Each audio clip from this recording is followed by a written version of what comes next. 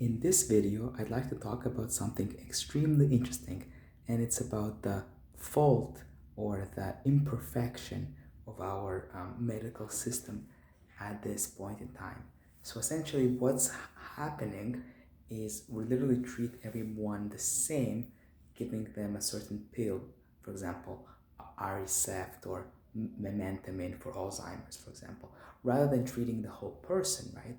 And really looking at all the factors that govern the pathology.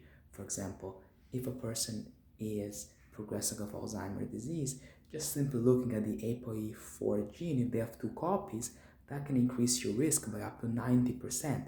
But very often genetics gets overlooked, and we just simply do very simple, you know, um, we ask the person to have memory issues, give them simple blood tests, and that's it. But we really have to personalize it. We can't just give the same drug for everyone. We have to do tests to determine what type of Alzheimer's they have, because there's different types as well.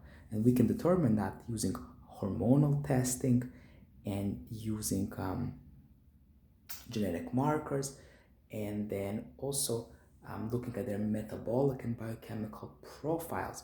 Did you know that homocysteine, for example, increases your inflammation risk and also increases your risk of getting the type of Alzheimer's that takes place when you don't have enough trophic support, for example. So homocysteine is an important biochemical marker. So we have to really look at these factors, determine what type they have, and then personalize it for them.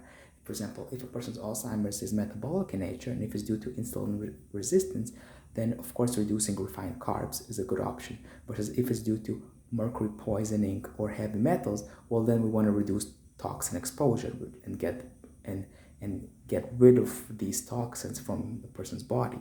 And so depending on what type they have will govern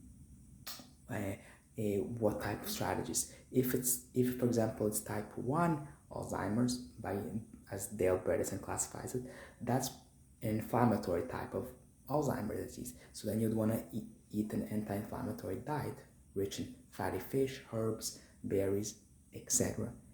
So green tea, dark chocolate. So that's the whole point. We need to know what type they have so we can personalize the treatment. We can't just do the same exact approach for every single person, right? We can just give them a drug, right?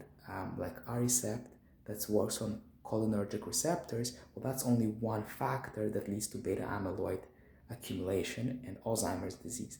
But there's, as Dale Bredesen said, 36 different types of patches that we need to, 36 holes that we need to patch in the roof to prevent water from leaking down and flooding the house.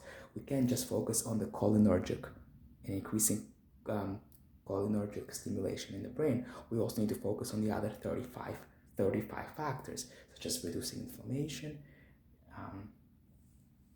and preventing improving insulin sensitivity, etc., etc. There's a bunch of markers, improving your hormone profile if your hormone levels are suboptimal. So we really have to target and personalize this disease to the person, because if you don't consider genetics, well, that's, and also looking at the different regions of the brain, because, for example, in type 3 Alzheimer's, all the brain is affected and actually shrinks in volume, versus if you're looking at type 1 and type 2, it's much more limited in terms of what actually gets shrunk. It's usually just the hippocampus, and that's pretty much it. Maybe in later cases, it also affects the